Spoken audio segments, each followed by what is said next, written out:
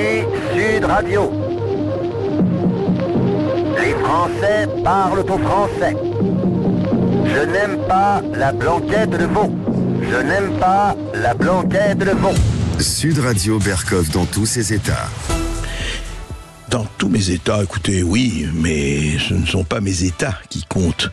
Ce sont les états de la France notamment, de l'Europe aussi, du monde peut-être, et puis des agriculteurs actuellement qui sont près de Rungis, avec effectivement l'état de la situation. Nous allons le faire, cet état des lieux, petit audit comme ça, avec Charles Gave, que nous avons toujours plaisir à recevoir, le président de l'Institut des Libertés, et nous allons écouter effectivement ce qui s'est dit, aussi bien en Suède que au Palais Bourbon, et puis on va faire le point.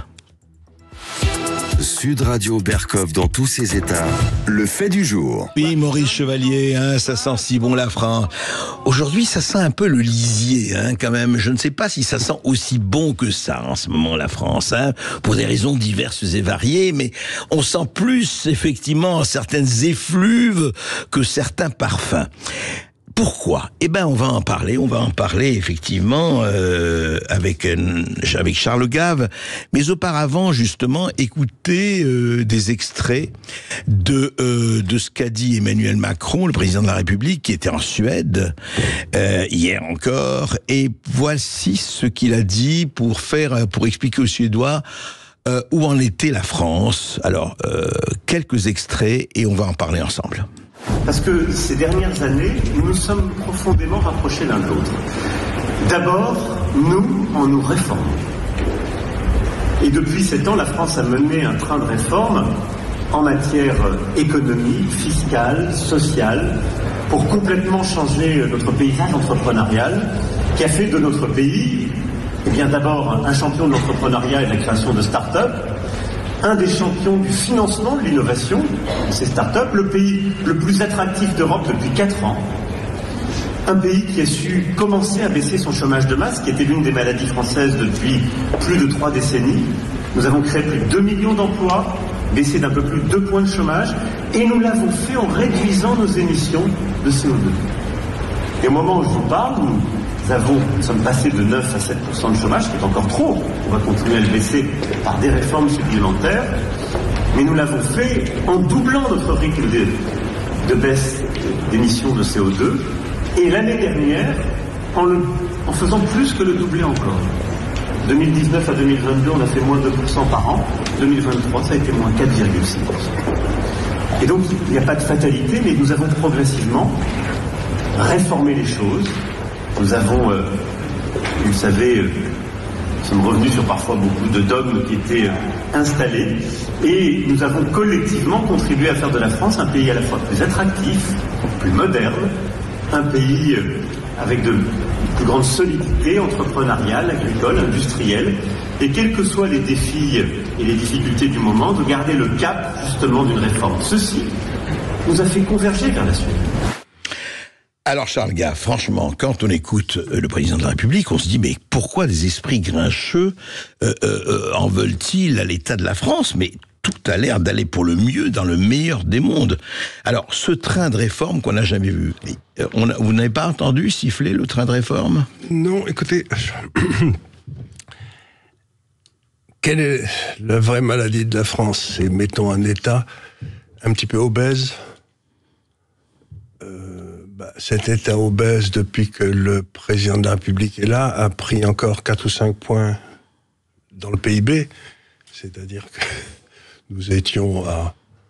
Maintenant, nous en sommes à 61 ou 62%. On était à 50 quand il est arrivé. Donc, la maladie de la France, c'est ce qu'ils appellent des réformes. C'est quand il y a une crise, le poids de l'État augmente. Et quand la crise s'arrête, le poids de l'État cesse d'augmenter. Mais à la prochaine crise, il augmente encore. Vous prenez un pays comme la Suède, que je connais parfaitement, puisque j'ai un frère qui y vit. J'ai fait des comparaisons entre la France et la Suède pour un certain nombre de nos clients. C'est pas difficile. Si vous voulez, la Suède a fait faillite en 92, parce qu'elle avait des dépenses, un État qui était obèse, et elle a fait faillite, tout simplement. Eh bien, depuis, la Suède a été à peu près les 2/3 du temps en excédent budgétaire, ce qui fait que leur dette est passée de 70 ou 80% du PIB à 30 aujourd'hui, que pendant la grande crise de Covid, la dette a baissé en Suède. Et nous retrouvons avec une dette qui, pendant le même temps, est passée de 40% du PIB quand les prédécesseurs de monsieur Macron étaient là. Aujourd'hui, on est à 115. Donc, si vous voulez, ce qu'il appelle des réformes, c'est d'avoir dépensé de l'argent public à boucher des trous. C'est pas ça, des réformes. Les réformes, c'est d'arrêter de dépenser de l'argent public à partir qui ne sert à rien. Surtout que nous sommes, on le sait, on est retombé en récession en 2023. Oui. Selon les chiffres officiels de l'INSEE, le PIB français, vous le dites, a reculé pendant 2 trimestres consécutifs, 3e, 4e 2023, et c'est pas terminé. Mais c'est pas terminé. Moi, je suis persuadé que nous sommes en train de rentrer en récession. Et donc, le budget de l'État va à nouveau exploser à la hausse. C'est-à-dire qu'on va se retrouver avec des budgets absolument... Et que nous avons aussi un déficit extérieur. Or, la Suède, qui avait un déficit extérieur quand elle a fait faillite, aujourd'hui a un excédent extérieur qui est de l'ordre de 4 ou 5% de son PIB. Donc la Suède est en excédent budgétaire, est en excédent extérieur, et nous avons un déficit budgétaire monstrueux, un déficit extérieur monstrueux. Mais donc, ce type parle d'un monde qui n'existe pas. Mais alors... En même temps, il dit... C'est extraordinaire. Oui, mais alors justement, il dit, regardez, nous sommes un pays entrepreneurial, regardez toutes les réformes qu'on a fait, les start-up, etc. Et il dit, nous sommes le pays le plus attractif d'Europe. Mais parce que c'est comme nous qui avons besoin de dépenses. Vous savez, la façon dont ils mesurent ça, c'est quels sont les capitaux étrangers qui rentrent en France. Ouais. Et comme nous avons des déficits monstrueux, ben on emprunte beaucoup. Et les gens nous envoient plein d'argent pour financer les folies de monsieur Macron. Et c'est ça qu'il appelle être attractif. C'est-à-dire que pour lui, être attractif, c'est être capable de lever de l'argent pour faire n'importe quoi avec dans les marchés financiers mondiaux, quoi. Mais la Suède, elle place de l'argent à l'étranger. Elle n'en emprunte pas. Eh oui, c'est une légère différence. Donc elle n'est pas attractive du tout d'après ses critères. Oui, mais alors, et il dit le chômage a diminué. Je reprends les points, ces points. Le chômage a diminué. Regardez, le chômage a diminué. C'est peut-être pas totalement impossible, mais nous arrivons de plus en plus dans des classes creuses démographiquement. Donc c'est pas la même chose pour le chômage s'il y a 1 million de personnes de plus qui arrivent par an, ou s'il y a 1 million de personnes qui prennent leur retraite plus que de qui rentrent. Vous voyez ce que je veux dire? C'est pas la même chose. C'est pas la même chose. Donc j'ai pas fait de grandes études sur le chômage parce que c'est un machin qui est manipulé par les gouvernements de façon épouvantable. Mais il me semble que on doit pouvoir expliquer ça sans effort par la démographie. Par la démographie. Alors. Et alors, en même temps, il dit, mais regardez, tout ça avec une réduction du taux de CO2. Alors ça, c'est sa grande... Il dit, regardez, on a fait tout ça, on réduit le taux de CO2. Est-ce vraiment la chose la plus importante pour réformer le pays? On est le pays qui a fait au monde, je crois, les grands pays. J'ose plus dire des grands pays industriels, parce que maintenant l'industrie n'est plus qu'à 7% du PIB. Donc c'est peut-être une des raisons principales de la baisse de notre CO2, c'est qu'on n'a plus d'industrie. Et ça, c'est le grand résultat quand vous vendez Alstom, quand vous vendez tout le monde. À la fin, vous n'avez plus d'industrie en France, quoi. Donc si le but c'est de pas avoir de CO2, dans ce cas-là, arrêtons l'industrie, quoi. Et l'agriculture aussi, d'ailleurs. Oui, bien sûr. Avec les vaches, vous savez. Les vaches qui pètent comme des salopes. Ouais, c'est incroyable, ça. Quelle honte, quel scandale. C'est un vrai scandale absolu. Et alors, il finit par dire, modernité, regardez la solidité, l'entrepreneuriat, etc. Nous sommes effectivement, et puis, il arrive, il dit, voyez, nous gardons le cap. Et il est en Suède, vous venez de parler de la Suède, il dit, vous voyez, nous ne sommes pas encore, mais nous convergeons, la Suède et la France. C'est pas vrai du tout, on diverge comme on l'a jamais fait. Si vous prenez la production industrielle française et suédoise en 1960, jusqu'à l'an 2000, c'était exactement la même chose. À partir du moment où l'euro arrive, et ses imbécilités, nous on est plus bas qu'on était en l'an 2000, en industrie. Aujourd'hui, vous voulez dire. Aujourd'hui, plus bas. Et la Suède est 25% plus haut. Donc nous divergeons. La politique budgétaire diverge, la politique industrielle diverge. Et donc, si vous voulez, cet homme pense que la parole, c'est la vérité. Vous croyez que c'est ça? C'est ça. Je pense que ce qu'il dit, au moment où il le dit, je sais pas, il doit croire qu'il est... Je dis donc je suis. Je dis donc... Donc c'est la vérité. Donc ce que je dis ne peut pas être faux. Mais c'est faux du début à la fin. C'est ce qu'on appelait autrefois, vous savez, des paroles verbales. Mais comment on arrive au stade où, effectivement, avec ce qui se passe avec les agriculteurs, ça, on le sait, on en parle, avec ce qui se passe, effectivement, et le pouvoir d'achat, avec ce qui se passe autour, parce qu'il faut rappeler, et on en a parlé avec vous et avec d'autres, cette crise, enfin, cette guerre Russie-Ukraine qui a provoqué les embargos que l'on sait, les directions que l'on sait, on voit quelque chose où la dette, 3 000 milliards et plus, augmente. Et qu'est-ce qui se passe? C'est quoi? C'est là. Alors, tout le monde parle de déconnexion de réel, mais ça me paraît plus préoccupant que cela encore, Charles Gave. Je crois que... Qu'est-ce que ça traduit, ça? Ce que j'ai essayé de dire dans mon livre, sans pouvoir bien entendu le prouver, mais ce que j'ai essayé de dire, c'est que nous sommes aujourd'hui dans une société du mensonge. C'est l'empire du mensonge. Vous savez, j'appelais ça... On avait avant ça l'empire du mal, qui était l'Union soviétique, et puis on est passé dans l'empire du mensonge. Et ces gens-là pensent, je crois très profondément, que la vérité, ça n'existe pas. On le voit très bien quand il dit en même temps. Il n'y a rien de plus ennemi que dans notre société que de dire ça, parce que notre société a été fondée, qu'on le veuille ou non, sur les évangiles, et dans les évangiles, il est dit que ton oui soit un oui, que ton non soit un non, tout le reste vient du malin. C'est-à-dire, le mensonge, c'est le mal, c'est le diable. Hein. Le mensonge, c'est le diable. Le prince du mensonge, c'est le diable. Donc cet homme pense fondamentalement, en raison de ses études, la façon dont il a formé à l'ENA, que la vérité, ça n'existe pas. Que on peut prouver l'existence de Dieu, ou on peut prouver la non-existence de Dieu, et qu'il suffit d'être un petit peu intelligent et qu'on y arrive. Donc, il ne travaille pas avec la réalité, il travaille avec les mots.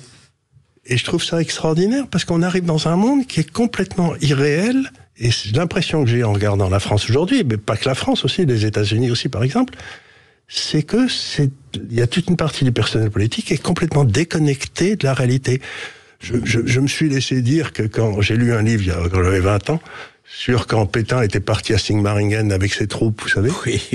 Et Céline le raconte dans D'un château l'autre, un roman extraordinaire. C'est absolument... Et tous ces gars-là, donc, qui avaient perdu, ils étaient dans ce château avec Pétain, et il y avait des crises de jalousie, de préséance, parce que Pétain avait parlé à un gars et pas à un autre, etc. Donc j'ai l'impression qu'aujourd'hui, on en est là, ce petit monde vit dans une espèce de bulle, et ils se parlent entre eux, ils s'auto-félicitent, et ils n'ont plus aucun contact, ni avec la réalité, ni avec personne.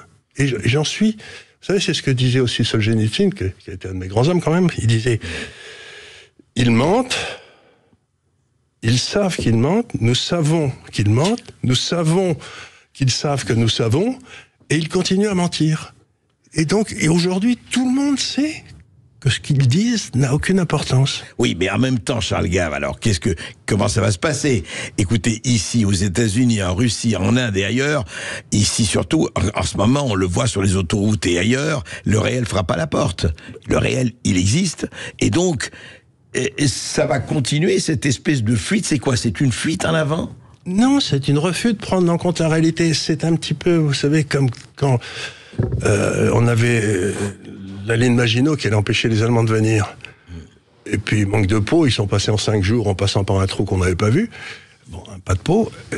Et à ce moment-là, Alors, qu'est-ce qui va, à votre avis, sans faire de prédiction, je ne vais pas vous demander du marque de café, mais qu'est-ce qui peut arriver aujourd'hui avec la situation, regardez, où les agriculteurs, vous suivez ça, le prix de l'électricité, le prix du pétrole, etc., avec les embargos, avec les règlements américains, avec ce qui se passe aux États-Unis, on en a parlé ici dans notre émission sur, effectivement, avec le Texas et compagnie, ils veulent réduire les exportations de pétrole. Qu'est-ce qui peut se passer pour l'Europe en général et la France en particulier? Ça veut dire que une chose très simple, c'est que au départ, il y a une erreur monétaire qui a été l'euro et qui a entraîné toute cette espèce de saloperie et cette prise de pouvoir d'une classe non élue à Bruxelles et qui fait passer toutes ces lois imbéciles qui mettent les paysans sur les routes, etc. Donc vous avez eu... Premier coup d'État, l'euro. Deuxième coup d'État, une tentative par Madame van der Leyen de prendre toute une série de souverainetés à laquelle elle n'avait pas droit. Tout à fait. Elle n'avait pas droit. Donc on a perdu toutes nos souverainetés. Donc on n'a plus aucune souveraineté. Et vous avez le Premier ministre qui termine son discours en parlant d'une souveraineté française qui ne peut exister que par l'Europe. Ce qui veut dire, c'est encore une fois en même temps.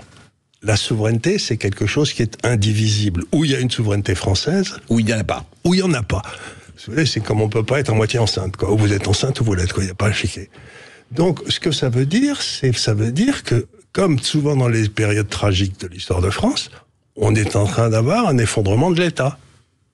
Puisque l'État, c'est un peu le squelette de la France, c'est ce qui tient la France, c'est son sûr. État. Or aujourd'hui, vous voyez partout que plus personne ne fait confiance à l'État, que l'État ne fait plus ses missions et qu'il fait des tas de choses qu'il ne devrait pas faire, donc d'où des déficits monstrueux. Et donc vous allez avoir un effondrement de l'État qui se passera sans doute à un moment ou à un autre par un effondrement de la monnaie. Et oui, on va en parler tout de suite après cette petite pause. On va continuer à en parler avec Charles Gave parce que quand même, c'est très bien les mots, mais la réalité, elle est encore plus importante. Eh ben oui. À décrire. Sud Radio Berkov dans tous ses états, midi 14h. André Berkov. Ici Sud Radio. Les Français parlent au français. Les carottes sont cuites. Les carottes sont cuites. Sud Radio Berkov dans tous ses états. 12h30 sur Sud Radio. Nous sommes toujours avec André Berkov qui reçoit Charles Gave ce matin. Et nous avons Serge de Lyon qui nous appelle au 0826 300 300. Bonjour Serge. Bonjour Serge. Bonjour Monsieur Berkov, bonjour Monsieur Gave. Bonjour. Je vous appelle pour poser une question. Donc je vous suis pas juste chez Berkov dans tous les États, mais partout, et vous parlez toujours de protéger l'épargne. Et on l'a bien compris. Moi, ma question, c'est pour quelqu'un comme moi qui est jeune, qui n'a pas encore une très grosse épargne, comment est-ce qu'on se protège de la crise qui arrive, de l'effondrement qui arrive? Est-ce que c'est le moment, ou surtout pas le moment, de par exemple emprunter pour des biens immobiliers, etc. Voilà. Ouais. Alors, emprunter, oui, peut-être, mais si vous achetez des biens immobiliers, il faut que vous alliez les acheter, je sais pas où, à New Delhi ou à Caracas ou j'en sais où, mais certainement pas en France, parce que comme tout l'argent français maintenant a été coincé dans l'immobilier par toutes les mesures qui ont été prises, toute la bourgeoisie française a gagné de l'argent avec l'immobilier, mais le pays ne s'est pas enrichi, parce que 300 mètres carrés dans le 16e, c'est toujours 300 mètres carrés dans le 16e, ça n'a pas changé. La quantité de mètres carrés n'a pas augmenté, le prix du mètre carré a augmenté, mais c'est-à-dire que c'est un transfert de richesse. Et maintenant que tout l'argent est concentré dans l'immobilier, à votre avis, en France, où est-ce qu'ils vont taper pour chercher de l'argent dont ils n'en ont plus? Ils vont taper sur l'immobilier. Donc vous savez que la prochaine étape, ça va être le massacre de l'immobilier par le gouvernement. C'est le seul endroit où il reste de l'argent à taxer. Il reste un peu de l'argent à prendre. Ah ben il y a les bas de laine, il y a l'épargne. Il y a l'épargne, mais ça, ils l'ont déjà piqué avec les assurances-vie. Il y a 1800 milliards dans les assurances-vie qui sont là et qui vont pas être remboursés puisqu'ils se sont mis en obligation d'État. Ils ont été assez bêtes pour ça. Donc, si vous voulez emprunter, empruntez, mais si c'est pour acheter un immobilier à Genève, à ce moment-là, faites pas de bêtises, quoi. Surtout, pas en France. Je crois qu'on a Pierre aussi. On a Pierre qui nous appelle au 0826 300 300. Bonjour Pierre. Vous êtes dans l'Ain, Pierre. Oui, bonjour. Non, je suis dans le Finistère. Dans le Finistère, très bien. On vous écoute, Pierre. C'est super. Bonjour Charles, bonjour. Bonjour. Oui. On vous écoute. J'ai lu votre livre, merci, exceptionnel Charles. J'ai passé un très bon moment. Je suis passé sur la biographie du libérateur de la parole, maintenant Elon Musk. Je suis dans la continuité de la vérité, c'est génial. C'est très bien. Vous avez bien raison. Vous avez une question, Pierre? Franchement, Oui, la question c'est, on est pragmatique, on sait ce qui se passe, on sait qui a le pouvoir aujourd'hui, c'est l'Europe. Cette crise, alors je sais que vous n'avez pas de boule de cristal, cher Charles, c'est pas ce que je vous demande, mais moi je pense que ça va s'accentuer et on va vers une crise assez compliquée. Malheureusement, je ne prône pas la violence, mais je crois que les agriculteurs sont déterminés. Alors la question que j'ai, c'est est-ce que comme moi, vous voyez une crise qui va être très très importante, qui va bloquer le pays et qui va se diriger vers la violence? Ça m'inquiète beaucoup parce que on sait qu'il y a le pouvoir, le gouvernement a les mains liées, et donc c'est un révélateur de toutes leurs conneries et de tout ce qu'ils nous ont fait depuis ces dernières années. Donc voilà, la question c'est est-ce que vous pensez comme moi que ça va être de plus en plus violent et de plus en plus compliqué?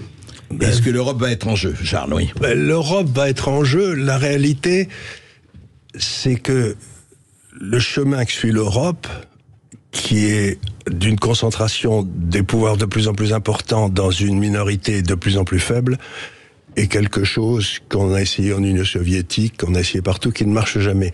Donc, l'Europe telle qu'elle a commencé à fonctionner à partir de Delors, en passant par Trichet, et maintenant Madame von der Leyen, est une tentative de prise de pouvoir d'une minorité oligarchique sur les populations. Ça va péter. Donc, ce dont il faut bien se rendre compte, c'est que l'Europe qui nous ont bâti depuis 20 ans ne peut pas survivre. elle doit disparaître. Elle va disparaître. Vous dites que oui, vous êtes aujourd'hui, cette Europe doit disparaître. Doit disparaître. C'est-à-dire cette Union européenne telle qu'elle existe. Cette Union européenne telle qu'elle existe doit disparaître. Et à ce moment-là, chaque pays retrouvera ses souverainetés. Ce qu'il faut, c'est à ce moment-là qu'il n'y ait pas d'imbécilité qui se passe, qu'on reparte en quelque sorte où on était, on essaye d'effacer tout ce qu'on a fait, aller depuis Giscard, le Parlement européen dont on a besoin comme d'un trou dans la tête. On n'a pas besoin de Parlement européen, ça n'existe pas, puisqu'il n'y a pas de nation européenne. Donc tout ça, il faut retourner à l'Europe des nations. Et j'espère que ça se fera en bon ordre. Et alors, est-ce que ça se fera, Charles, est-ce que ça peut se faire par la monnaie? Parce que vous dites que là où ça va vraiment péter, c'est par la monnaie. C'est par la monnaie. Et alors là, Musk a une image qui est très très forte. Elon Musk, oui. Elon Musk, il dit la monnaie, c'est l'operating system, comment on dit en français, c'est le système opératoire. Le système opératoire, le système qui contrôle les ordinateurs. C'est le système opératoire de l'économie qui est en dessous. Donc vous créez toute une série de valeurs dans ce système opératoire, les actions, les obligations, les taux de change, etc., mais qui n'ont pas d'existence réelle, qui sont des concepts que les gens acceptent. Et les trucs en dessous, ils ont de la valeur. Et on mesure la valeur de ces trucs en dessous avec ces concepts. Et s'il y a des gens, des salopards, comme par exemple un président de la Banque centrale ou j'en sais rien, qui prennent le contrôle là-haut, ils peuvent changer les prix en dessous en manipulant le truc là-haut. Donc si on prend le contrôle du système opératoire, on se met à contrôler l'économie jusqu'au moment où si on en fait trop, les gens ne se servent plus, ils se servent d'autre chose. Donc ce que j'essaye de dire, c'est que ça va sauter par la monnaie. C'est-à-dire, concrètement, ça veut dire quoi? Ça veut dire que les gens vont refuser, parce que par exemple, une obligation française, dans l'hypothèse où ça saute, où l'Europe disparaît, où l'euro disparaît, ça vaudra pas grand-chose. Une obligation grecque, ça valait pas grand-chose quand ils ont sauté. Mais par contre, une action Air Liquide, qui est dans le monde réel, ça vaudra toujours quelque chose. Vous aurez peut-être du mal à le mesurer, mais vous savez que les systèmes opératoires qui ont sauté dans l'histoire, comme l'Allemagne dans les années 20, etc., les actifs qu'il y avait là-dedans, ça valait zéro. Et ces systèmes peuvent sauter, à votre avis? Ils sautent tout le temps. Ouais.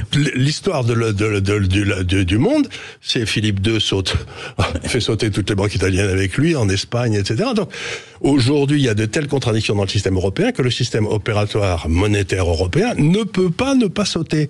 Donc, tout ce qui est mesuré à l'intérieur, tous ces actifs qui sont à l'intérieur, obligations, tout ça, mais par contre, l'or, la terre agricole, ça vaudra toujours quelque chose. Bien sûr. Donc ce que j'essaie de dire, c'est que le drame va se passer dans ce système opératoire là-haut. Donc pour que l'Europe, la vraie Europe vive, il faut que l'Europe, Union européenne meure. Mais elle va mourir. Oui.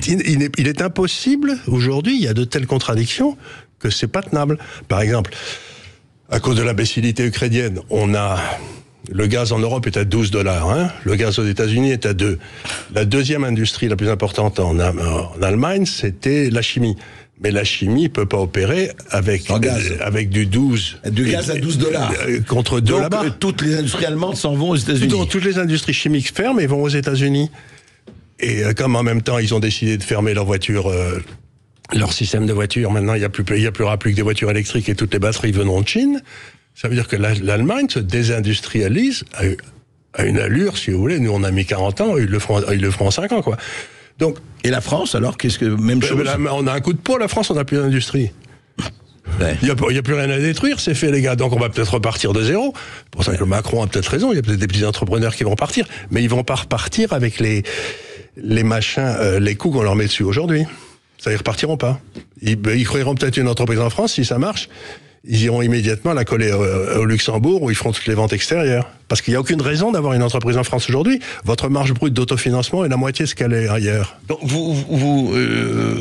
vous semblez dire, et non pas assumer, mais dire très franchement que quand Macron dit que ça marche du tonnerre de Dieu du point de vue de l'entreprise, l'entrepreneuriat et des start-up, etc., il est dans le métaverse? Il est dans le monde de Sigmaringen. Ils sont en train de disputer pour savoir qui aura la meilleure chambre. À côté de Pétain ou j'en sais rien. Il est dans le rêve. Il est dans une espèce de truc qu'il a appris à l'école. Mais cet homme... Je crois que nous avons Pierre aussi. Oui, ça fait réagir au 0826 300 300. Pierre qui nous appelle de Toulouse. Bonjour Pierre. Bonjour Pierre. Bonjour, j'appelle donc juste parce que je suis pas tout à fait d'accord avec Charles Gave. Ah, il a le droit, qui explique que derrière derrière que la monnaie va s'effondrer. Alors elle peut s'effondrer en effet si l'Europe s'effondre, mais nous par exemple en tant que Français, on ne pourra jamais sortir de l'Europe vu que M. Macron nous a endettés de 600 milliards et que ces 600 milliards, demain nous sortons de l'Europe, nous allons être obligés de le rembourser et que nous ferons comme les Brésiliens, nous partirons avec des valises, des brouettes d'argent pour aller acheter une baguette de pain. Donc pour moi, autant l'Angleterre a pu le faire parce que bien sûr ils avaient leur propre monnaie, autant nous de notre côté, nous sommes condamnés à rester dans l'Europe, sauf si, comme vous voulez l'expliquer, elle explose, mais elle explosera pas encore parce que pour réunir 27 pays qui eux de leur côté ont intérêt à rester dans l'Europe, ça sera plus difficile.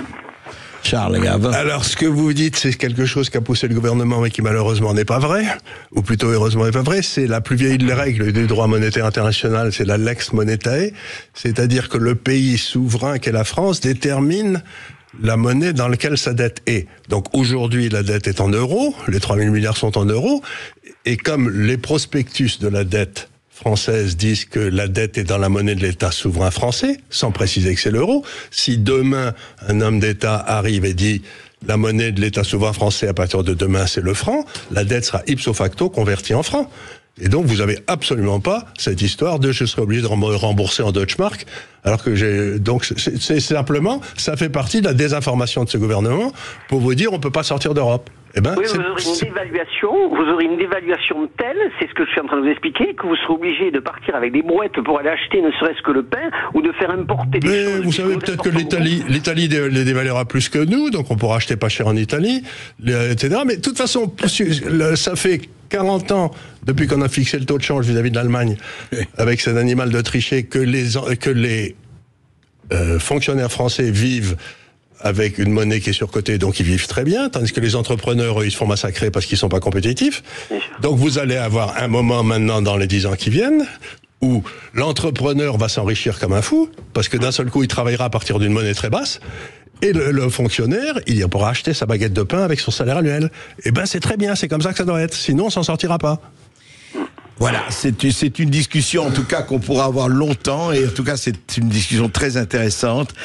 Merci Charles Gave, merci avec Pierre plaisir. Et merci Charles Gave parce que à chaque fois effectivement vous donnez votre point de vue qui fait réagir et je dois dire qu'on va voir ce qui va se passer, mais c'est vrai que là on sent qu'il y a une tension telle qu'il est temps que le réel enfonce la porte d'une manière ou d'une autre, non? Ou qu'on arrête de lire des gars qui ne connaissent pas le monde. Ce sont tous des gars, j'ai toujours dit que c'était des agnans, vous savez, le petit Nicolas, ils n'ont jamais connu la vraie vie. Il faudrait faire venir des joueurs de rugby qui ont pris des claques, qui savent ce que c'est que de ramasser des coups, qui n'ont pas peur. Ils ont peur de tout. Vous avez vu la façon dont l'Élysée est protégé, c'est devenu un bunker. Et vous avez vu la façon dont, on allait en parler, dont le Parlement européen, il y a des herses partout. C'est-à-dire qu'aujourd'hui l'Europe c'est magnifique, on fait rentrer des millions de migrants, mais les agriculteurs ils peuvent pas arriver au Parlement européen. Attention, il y a des herses et des barbelés un peu partout. Très intéressant comme métaphore. C'est-à-dire, c'est ce qu'il y avait autrefois, les types qui essayaient de passer le mur de Berlin, ils passaient pas de Berlin-Ouest à Berlin-Est, ils parlaient de... Donc, aujourd'hui, tous les gens viennent en Europe, mais ceux qui vivent en Europe, ils n'ont pas le droit, eux, d'aller ailleurs. Et oui, c'est intéressant.